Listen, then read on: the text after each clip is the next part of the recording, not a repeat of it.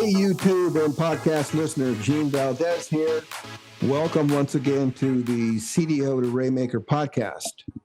Before we start today's exciting show, I would like to ask you a really small favor. If you're viewing the show from YouTube, please press the like button and subscribe to the YouTube channel. If you're on the podcast side, please give today's show a 5-star rating and download it. This is the easiest way to help the show and allow me to connect with as many small business owners as possible. You know, there is a right way and a wrong way to start, expand, and sustain a small business. If you do it the wrong way, it will cost you a lot of money and heartache. 70% of all businesses fail within the first 10 years of their existence. My guest today is Mihai Patru, who works for an organization that teaches entrepreneurs the right skills they need. And here's the good part. The services are free. How can you beat that? His organization also teaches social entrepreneurship. Social entrepreneurs are business owners who take on risks through the delivery of their products and services. Social entrepreneurs are business owners who take on risks through the delivery of their products and services to create positive change in society. So Mihai, welcome. Thank you, Gene. Mihai, I understand you're the CEO of the Caravanserai Project, which has been in business for 30 years. So over the next 30 minutes, maybe you and I can put our heads together and discuss the nuts and bolts of successful businesses, the scope of what you do, and why it's important to small business. Thank you. If you don't mind, Mihai, how is the Caravanserai Project able to provide such high quality professional service to entrepreneurs for free? How do you do that? Yes, it's a long story there. Thank you so much, Gene, for having me and for giving Caravanserai Project a unique platform to share our work, but also reach an audience that otherwise we wouldn't be able to touch.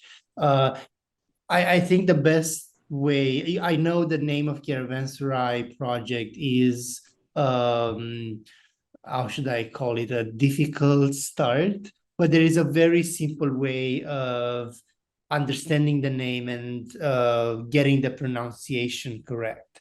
Everyone knows what a caravan is, right? Yes. Well, I have to admit, I struggle with that name. Right. So a caravanserai, it's a true noun word. Caravan, everyone knows what a caravan is. Sarai used to be the place where caravans that were traveling along trade routes or along the desert and so on were meeting.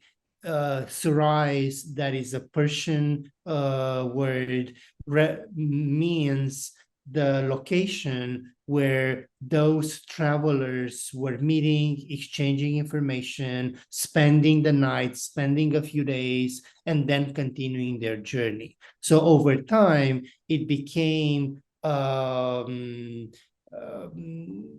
location where there was a melting pot of information, cultures, people. And when Caravanserai Project was founded in 2016, was really the idea behind it was to create a space, a platform, a small ecosystem where entrepreneurs, small business entrepreneurs were getting the information, the support, access to resources along their journey. We don't ask for a percentage from their ventures. What we are asking them for is take what they need and maybe come back as they are growing and developing their entrepreneurial journey. In terms of how we do things. And you mentioned something very important there. We focus on any type of entrepreneur. They can be involved in for-profit businesses, non-profit ventures, even sole proprietors. What we are looking for is entrepreneurs that are driven both by generating revenue, but also by generating social impact. I think Gotcha. we are Gotcha. at a stage and where it's impossible to look for financial wealth and want to generate financial wealth without considering the impact that a business or an entrepreneur has on their community or on their family, on their neighborhood. So we want to make sure that the folks we are working with, whether they come with this ambition or with this background, they understand that everything they do as a business has social impact. And when it comes to nonprofits, where we want to make sure that along with their social mission and the way along with their aspiration to change communities and generate system change, they understand that at the end of the day, that's a business. They need a business plan. They need financial stability. We have a say in the organization that no money, no mission. So That's true. that's why a lot of our programs combine let's say nonprofit entrepreneurs with for-profit entrepreneurs. So we balance and they understand, they learn from each other, the revenue part and the social impact part.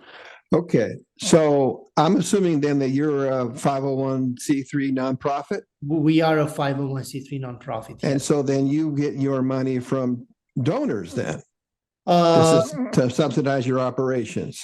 We run as a business. Okay. We believe that the 501c3 status is and it is an IRS designation, right? Right. It should not influence your business model or the way you are running your business. So we run as a business. We have multiple sources of revenue from fees that we generate from different services, from individual donors, from contracts, from grants, Okay. anything that helps us diversify our sources of revenue and really be a showcase of what we preach when we talk with and when we support entrepreneurs. Okay. So as I alluded to in the beginning, the mortality rate for small businesses is so high. And I have always been on the bandwagon to indicate that it's preventable. But entrepreneurs, whether they're startups or established, need to seek out sources of information to improve their executive skills and their businesses. So you do a lot of things. I looked on your website. As an example, Seed Lab, Accelerator, training for entrepreneurs, funding for entrepreneurs, workshops, webinars. What seems to be the most popular of the attending business owners? And if you could just do maybe a one sentence explanation for each services and what they do, because as a package, I believe that all of this stuff is critical for small business owners to survive. Of course. I think our programs, at their core, they have the same idea. It's just, I think, what we've learned from our entrepreneurs and our participants is that the packaging might be different because they have different time availabilities, they have different interests, they are at different stage in their development, but in terms of our approach is always the same. And we have long-term programs and the shorter programs. Really Okay. depends on their where they are in their business. The pre-accelerator is a 9-month program. It's a very small group, just 10 people, and literally we spend, I don't want to say every day with them, but it's extremely intense. And we take their business and where they are as an entrepreneur and help them, give them a sense of if you get the support that you need, and if you are putting everything in your business in terms of energy, we want to show them that over a period of 9 months, 8 months, there's growth. That's a long time. I mean, it's a. It is a long time, but that's why the cohorts, that we only do that once a year with 10, 12 people because it's extremely intense. The other programs also are about making sure the businesses have access to the information related to becoming sustainable as a business. Okay. And so it's just the format that is different. Okay. But at the core, it's our own thesis about what takes a business to be sustainable. And usually we focus on a number of things when we work with our entrepreneurs: financial management, the social impact part, figuring out what's the role of the social impact aspect in your business. Then we are very particular about our entrepreneurs understanding their customers. And part of the financial management, we focus as well on pricing and making sure that the return on their investments is actually helps them grow. We also focus a lot on the entrepreneurs understanding their competition and who else is doing what or similar services, that everything comes as part, goes into their, what makes them stand out, what's the added value that they bring as an entrepreneur. And we try to help them even if they have similar businesses. Every business has something or should have something that is different. So working through all these steps, from the business model to pricing to the business strategy to the customer to the competition and all these kind of things, how do you make that business stand out? And they don't have to be startups. These can be established businesses too. I think there are people have simplified the way they look at startups, in the sense of, we have seen businesses that have been active for a number of years, but if you look at their infrastructure, their business model, and where they are startups. I agree with you. Longer history. So we look at them at, yes, you might have experience, but in terms of operations, in terms of revenue, in terms of infrastructure, in terms of sophistication, you are a startup. So also a very important aspect of our work are the people behind these businesses. We are your staff?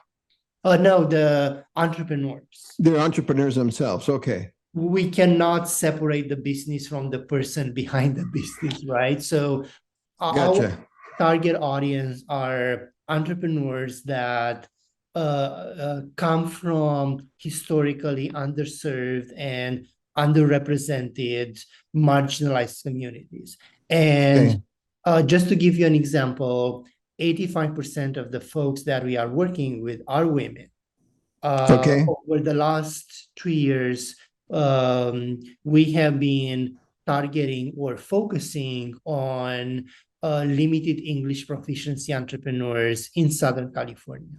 And because of our expertise, and we focus on Hispanic entrepreneurs.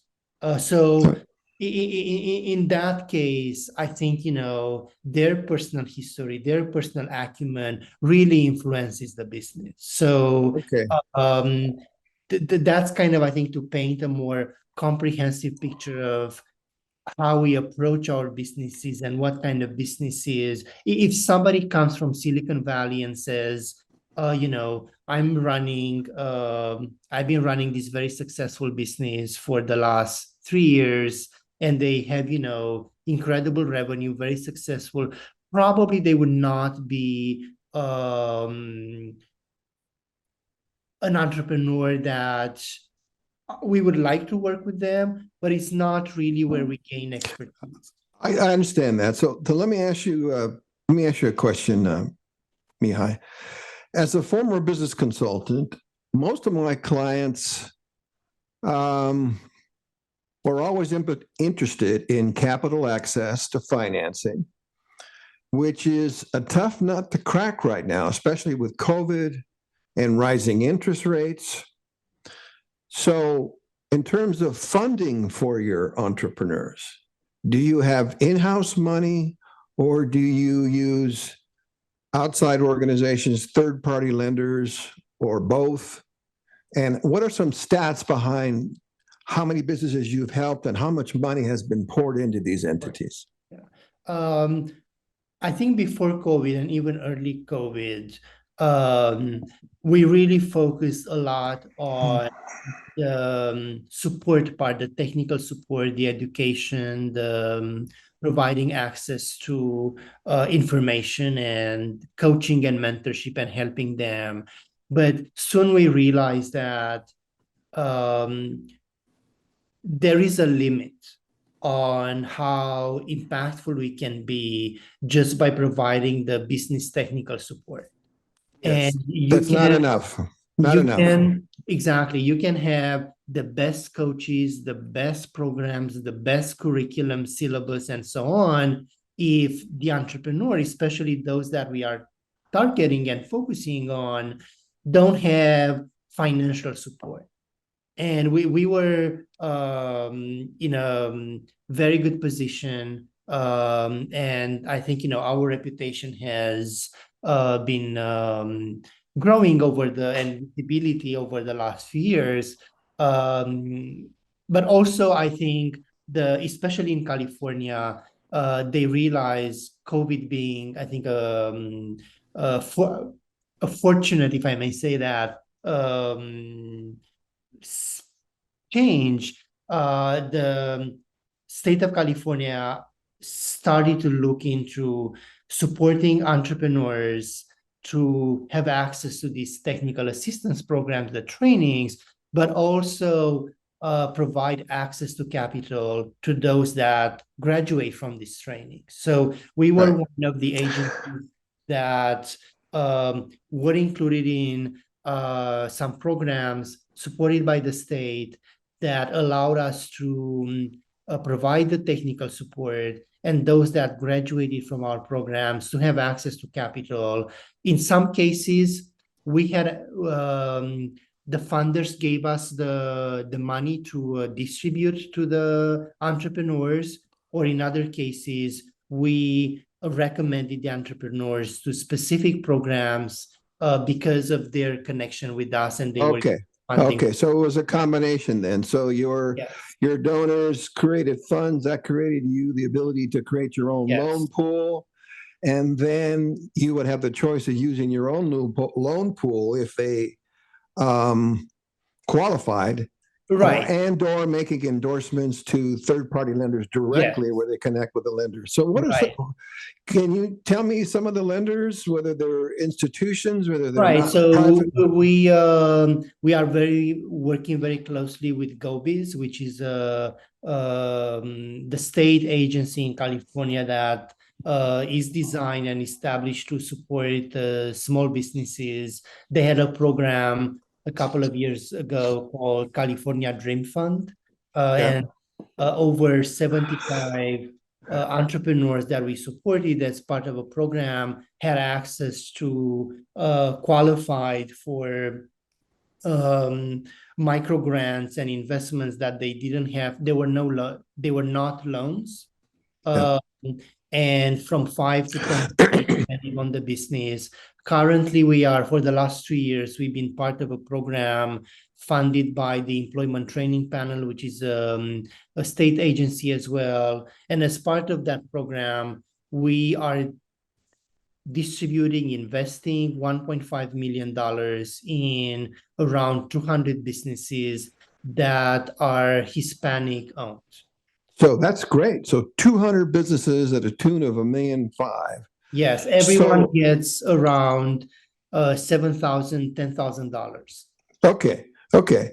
So what do your attendee entrepreneurs, do they access your services remote, or do they have to go, quote unquote, to a class? That's a very good question, because That's why I asked it. The price of gas. Obviously, when we are coming out of COVID, we're in full COVID, right? The only option was online, which we took advantage of. But as over the last, let's say, 12 months or a little over 12 months, when other organizations are thinking of bringing back the in-person, in-class, the trainings, we decided to stick to the online training. And the reason for that is that's a smart move. and that allowed us to have 97% attendance and graduation rate. Yes. It's the reason for that was we realized and we learned from our entrepreneurs that asking people to come to drive to a specific location, that puts a lot of financial pressure on these entrepreneurs that are already under a lot of stress. They have 2 jobs, they have kids, they have families, and for us living in Southern California, you need to drive anywhere, even to get coffee. So that means the single mom that lives, I don't know, in India, for example, we are based in Palm Springs, she will have to find somebody to take care of the kids, put gas in the car, and leave home for at least 3 hours. So gotcha. We thought, everyone talks about facilitating access to these programs. Asking somebody to be in person, that's not facilitating access. That's actually increasing the number of barriers they have to face to get to a program. And gotcha. I gotcha. Because of the audience, we had a group of entrepreneurs that were in the hospitality and tourism sector. All of them were in the Coachella Valley. So in agreement with them, we had, I think, a weekend in person because everyone was within a 10-mile. Yeah, it was convenient. It was convenient. So we do that. We have some events in person because obviously there is a personal interaction that brings a lot of value, but our program continue and will continue to be online and virtual. And we had moms that were, with their kids around them, and that saved them time, money, but also they had access to these programs without concerned about other expenses that they might have to be in the program. Okay, let me ask you a couple more questions. How do you become an attendee entrepreneur? Is there, you just sign up? What's the process? Right. Our applications are open. Some programs, like the do they go online? Do they call? They go online. We try to make it very easy. Okay. And they can go to our website, select the programs they are interested in, and usually we have an application form because we've noticed over the last few years, like a huge demand in being part of our programs. And our groups are always maybe up to 30 people because they are very interactive, customized to the audience. And we don't want to have a mass training program with hundreds of people in the room. That's really not what we think. Okay. So you Our do some impact. screening then. You do some screening, We do some screening. Sometimes it's also about the program. For and the services are example, free though. It's free to yes, sign up. they Yeah. are free. For example, the program that I mentioned earlier for Hispanic small business entrepreneurs, the programs were in Spanish. So that was a requirement to be in the program, to be fluent in Spanish.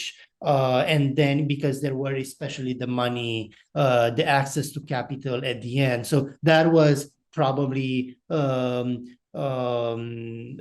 that's an example of there are always some requirements that sometimes it's about the structure of the program, the funder of the program, but we try our programs to be accessible to any group of individuals.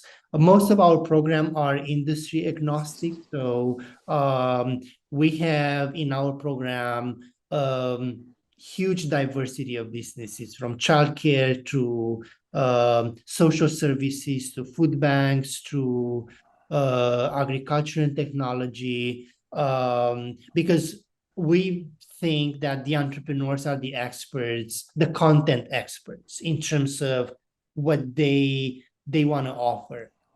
Our Okay. support is more technical in the sense of the business side of what they want to do.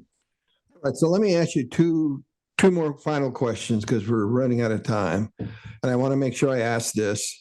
So, what are some new? Well, let me back up. What's the geographic footprint of the attendee entrepreneur? What mark? How far are you covering? If it's remote, is it an issue, or where are you drawing your entrepreneurs from? Right.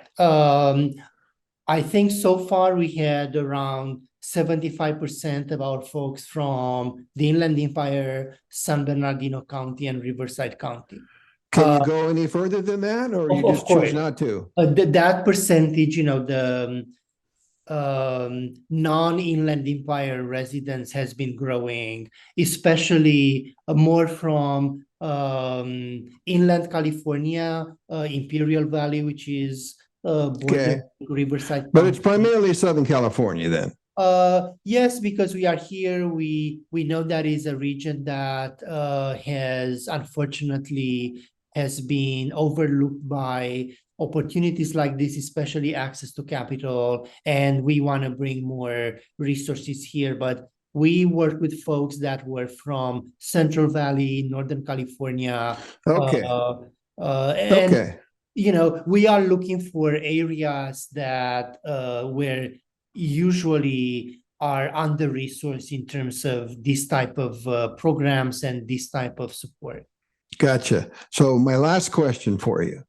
So, what are some new services that you were thinking about on the horizon that you haven't rolled out yet, but you believe that there's a need for it? If you could do that briefly, Of course, we and are. then we'll wrap it up. Right. This week we are, next week actually, we are going to launch a program called FinSmart. And Okay. it's a program that focuses on helping small business entrepreneurs improve their knowledge of on finance and financial behaviors. And that's a program that is in partnership with Department of Financial Protection and Innovation, and will be offered in Spanish and English, and really goes on exclusively on the financial aspects of running a business, but also personal finance. Okay, Mihai, this has been awesome. I wish we had more time. I'd like to thank you again. And I will leave your contact information on the show notes in case somebody wants to get some general information from you. But before we sign off, I would like to thank my sponsors, the Small Business Development Corporation of Orange County and the Inland Empire Center for Entrepreneurship, California State University at San Bernardino. Listeners, you all have a great day. I will speak with you in about 2 weeks. And Mihai, see you later. Thank you so much, Bye-bye. Dean. Thank you. Have a good one. Bye. Bye-bye.